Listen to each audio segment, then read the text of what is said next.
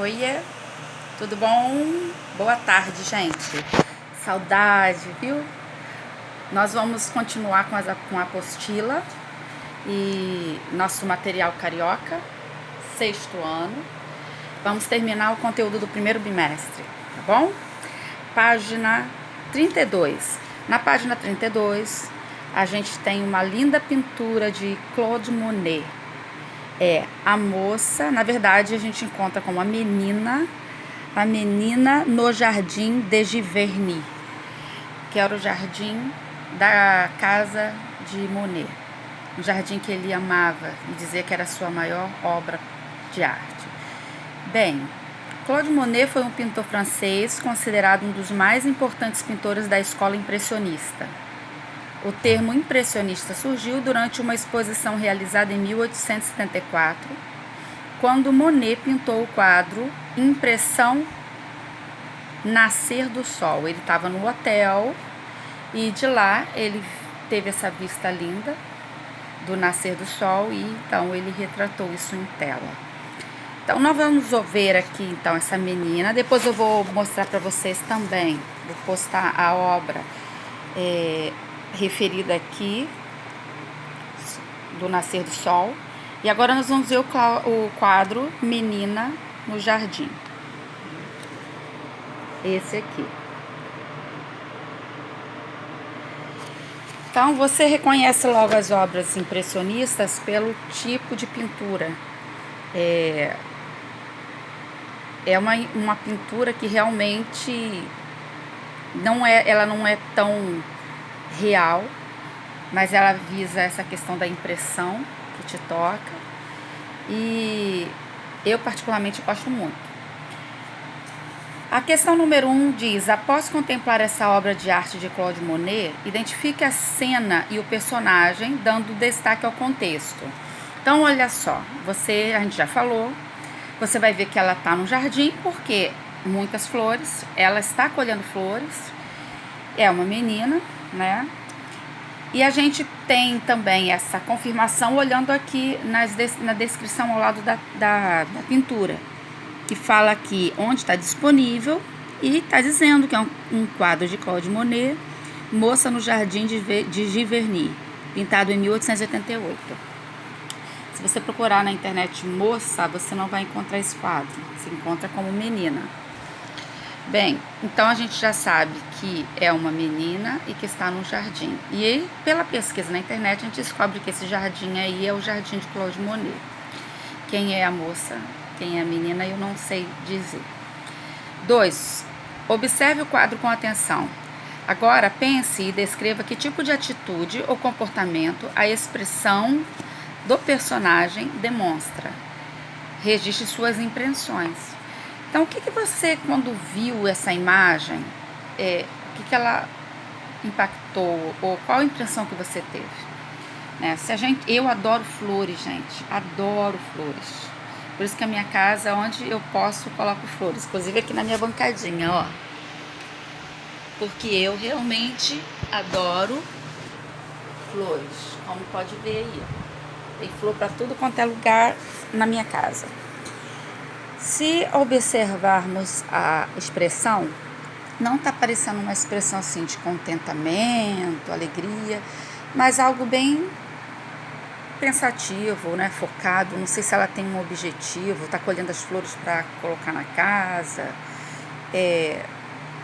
A impressão que ela me dá é de reflexão. E você, quando olhou para ela, que impressão você teve? Na página 33, temos texto novo, um texto chamado diário. O que é um diário? Então aqui a própria página está explicando. Você sabe o que é um diário? É um texto pessoal em que alguém relata em um caderno, por exemplo, suas experiências, ideias, opiniões, desejos, sentimentos e fatos do dia a dia. Vamos conhecer um diário?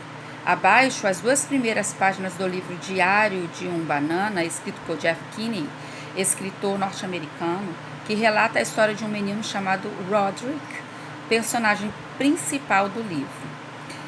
Então, olha só, primeiro começa aqui O texto está lá em cima escrito dezembro, que é uma característica do diário, você colocar a data.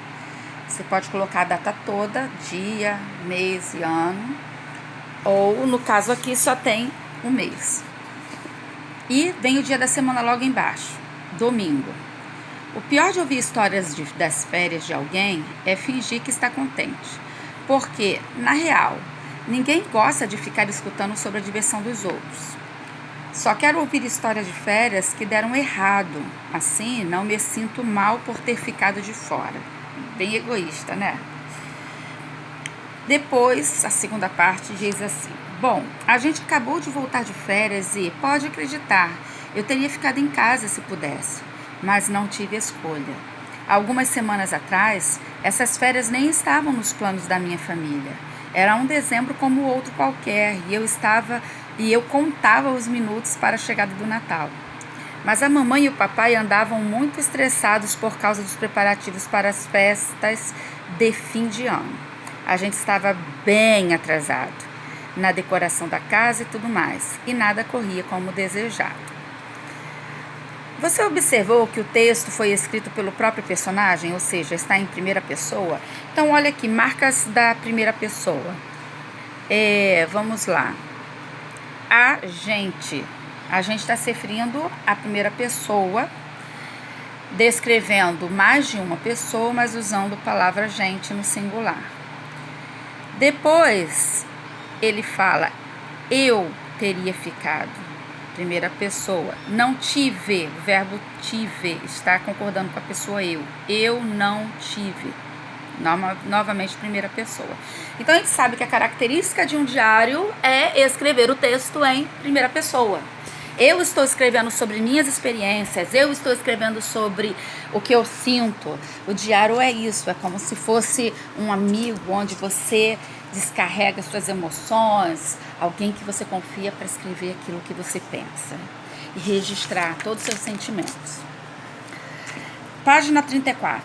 O texto que você leu faz parte de um livro intitulado Diário de um Banana, de Jeff Kinney. Você já está do outro lado, né? No diário, escrevemos sobre nossas experiências do dia a dia, situando-as no tempo. Agora responda, a que período de tempo o personagem se refere em seu diário? Como você identifica esse período no diário?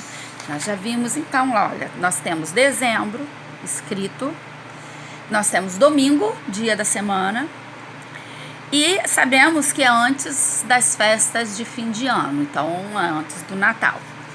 Porque ele diz, mas a mamãe e o papai andavam muito estressados por causa dos preparativos para as festas de fim de ano. A gente estava bem atrasado na decoração da casa e tudo mais. Então, provavelmente, eu acredito aí que seja início de dezembro, que é quando as pessoas costumam arrumar suas casas para o fim de ano. Alguns arrumam em novembro, mas como nós temos dezembro escrito lá na frente, lá em cima, então provavelmente é início de dezembro. Letra B. De acordo com a história, por que o personagem parecia aborrecido? Justifique sua resposta com um trecho do texto. Vamos lá? Bom, a gente acabou de voltar de férias e, pode acreditar, eu teria ficado em casa se pudesse, mas não tive escolha. Então aqui ele está descrevendo volta das férias. E vai falar sobre o passado. Então, será que... Então, provavelmente, a letra A que período de tempo o personagem se refere em seu diário, realmente é aquele, antes das festas, apesar dele estar escrevendo depois, que voltou de viagem.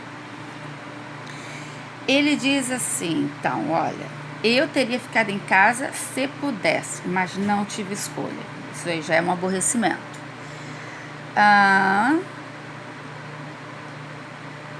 Na primeira parte do texto também, ele não parece chateado, mas ele parece bem aborrecido. Entediado, essa é a palavra. Por que ele está entediado?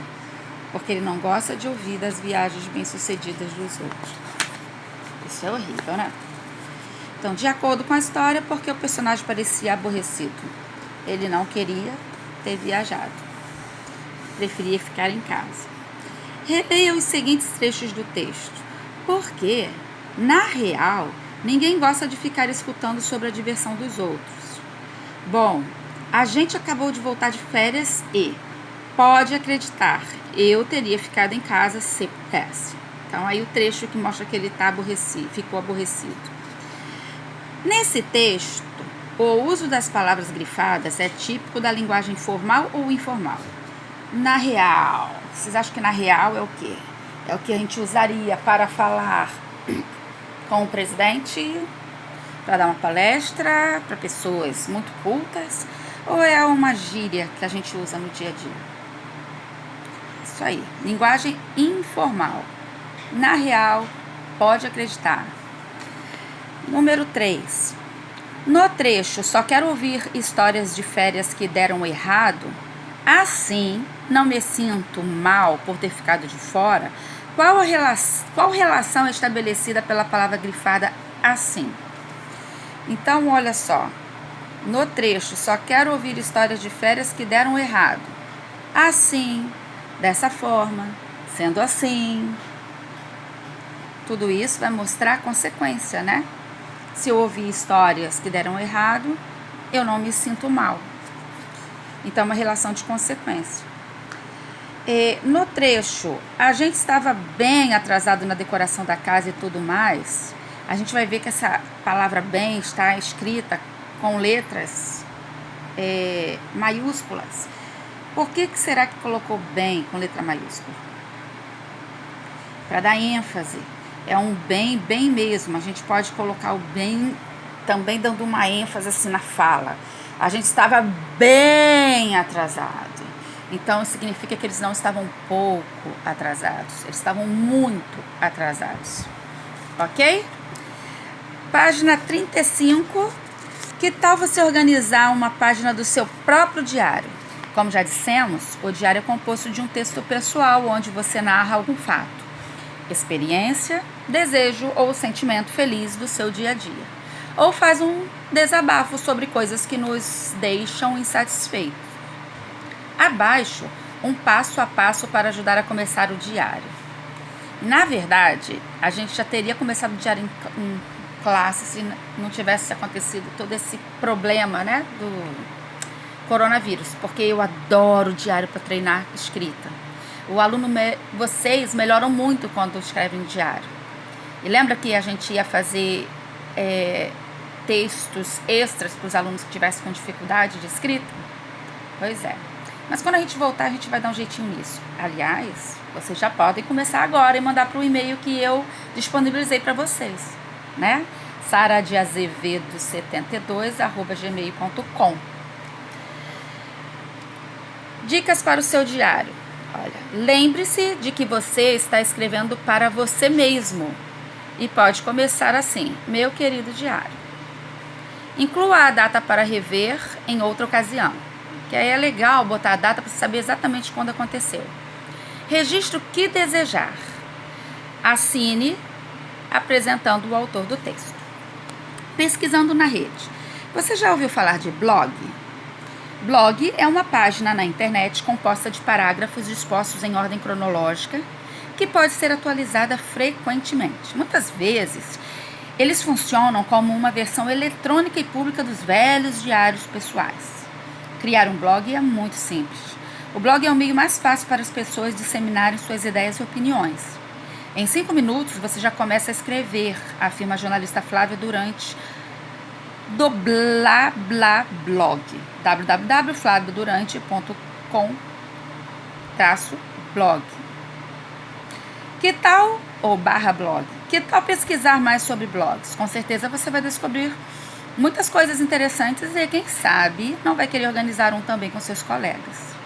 Olha, gente, eu vou ficar muito contente se algum de vocês quiser escrever um blog. Sabe por quê?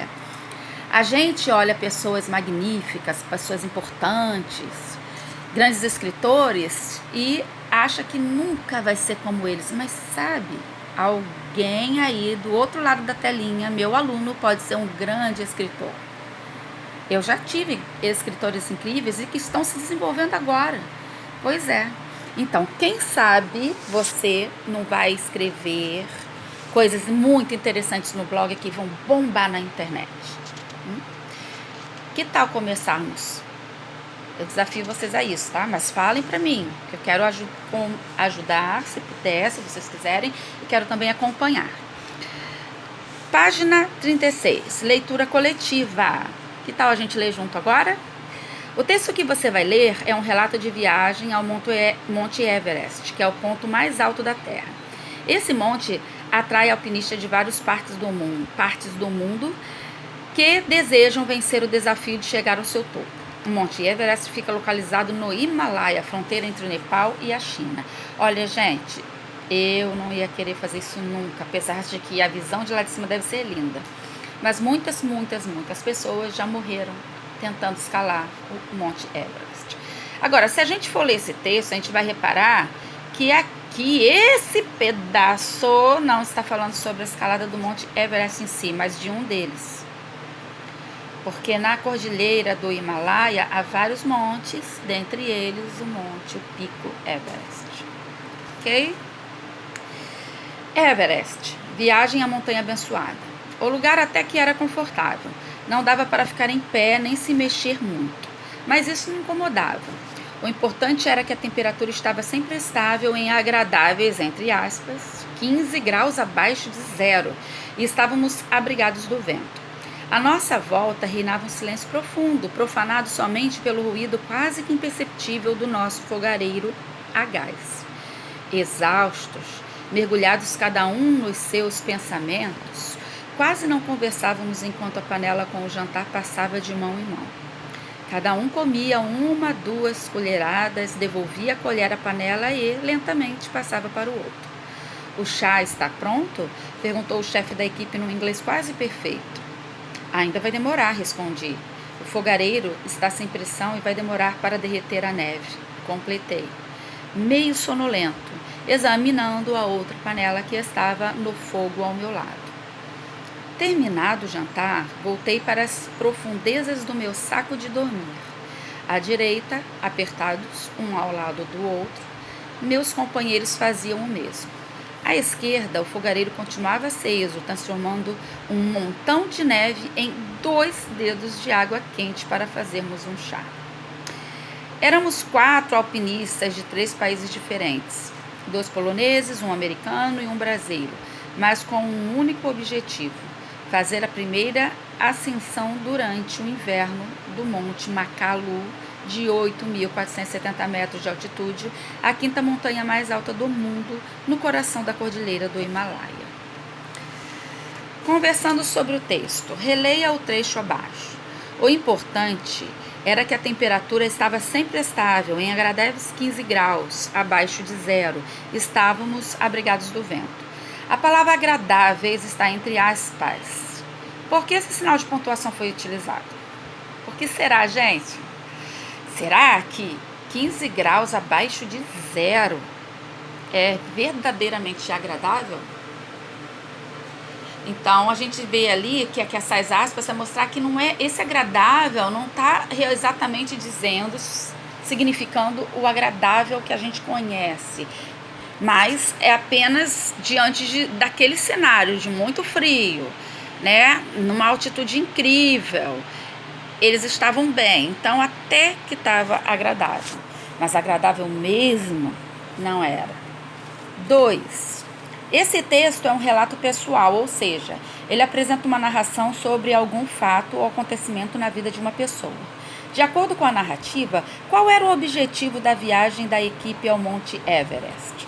Então a gente vê primeiro aqui, olha, ele não está falando sobre o Monte Everest, eu não sei o que aconteceu aqui, mas ele diz o seguinte: éramos 4 alpinistas de 3 países diferentes, 2 poloneses, um americano e um brasileiro, mas com um único objetivo: fazer a primeira ascensão, que é de subir, ascender é subir, tá? Durante o inverno do Monte Makalu, de 8.470 metros de altitude, a 5ª montanha mais alta do mundo. Então, no último parágrafo, nós temos o objetivo. 3. Leia o trecho. À esquerda, o fogareiro continuava aceso, transformando um montão de neve em 2 dedos de água. De novo, aspas. Água quente para fazermos um chá. A gente sabe que aspas, elas são usadas quando a gente usa uma palavra estrangeira, para mostrar que aquela palavra não é da língua portuguesa. A gente usa aspas para escrever exatamente o que foi já escrito por alguém ou o que foi dito por alguém. E a gente pode usar aspas também para mostrar que uma palavra não está dizendo exatamente o que quer dizer ou o que diria, se fosse sentido denotativo. Quando ele diz então aqui 2 dedos de água, um montão de neve em 2 dedos de água, será que realmente era um montão de neve em só 2 dedinhos de água? O que ele quis dizer é que era muita neve que seria convertida em pouca água. Não água para a mesma quantidade de neve. Ok? 2 dedos de água quente. Produção de texto. Seu desafio agora é se imaginar vivendo uma história interessante em um lugar bem diferente, fora do comum. A proposta é que você escreva uma história em que você será o personagem principal. Não se esqueça de dar o nome aos outros personagens. Lembre-se de que uma história deve ter um narrador, quem conta a história, início, meio e fim, ou seja, uma situação inicial que a gente já viu, vocês já estudaram, e a gente vai continuar vendo o resto do ano. Uma situação inicial, um conflito gerador, que é uma complicação, alguma coisa que acontece que não seria esperado, ou que não é bem legal e que dá continuidade à história. O conflito gerador. Um clímax, de acordo com o desenvolvimento da complicação. A complicação vai se desenvolvendo e vai chegando ao ápice, ao máximo da complicação. E aí vem o desfecho, que é o fim da história. Você pode escrever em primeira pessoa, se você estiver participando da história, ou mas você será o personagem principal, então tem que ser em primeira pessoa, tá? Você vai estar contando a história, uma história da qual você participou. Imagine e planeje o seu texto antes de escrever. Escreva, revise e reescreva até chegar à forma final. Lembre-se de dar um título à sua história. Então, olha só, imagina o que você quiser, que seja bem legal, e coloque no papel. Quem sabe não vai surgir aí uma história muito, muito maravilhosa. A página 38 tem as linhas e você pode escrever ali. Mas antes de escrever, faça rascunho, tá bom? Então, já pensa assim, uma frase para a situação inicial. Eu vou falar sobre o quê? O que será a minha história? Imagina. Aí, a situação inicial. Quem está participando? Você e mais quem? Onde acontece a história? Quando acontece a história? No verão passado, nas férias passadas, semana que se passou, ou essa semana. Quando? Então, onde, quando, quem? E aí você vem o problema. No segundo parágrafo você pode apresentar o problema, que é então o conflito gerador. Início da história apresentando o personagem, lugar e data, o que acontece logo no segundo parágrafo. Terceiro vai desenvolvendo tudo até ir para o ápice. Você pode terminar a história no 4º parágrafo ou 5º, não precisa ser enorme, dizendo como tudo acabou, ok? Eu queria tanto que a gente estivesse tendo contato e pudesse conversar. Mas façam as atividades, tá bom, meus amores? Deixe tudo na apostila e o que tem no caderno, no caderno. E o que precisar mandar para o e-mail que eu deixei para vocês, de novo falando, letras minúsculas. Sara de Azevedo 72 @gmail.com. Eu vou adorar ler as redações de vocês. E beijo, porque agora nós acabamos o conteúdo do primeiro bimestre, tá bom? E semana que vem a gente inicia um novo bimestre na apostila. Beijos!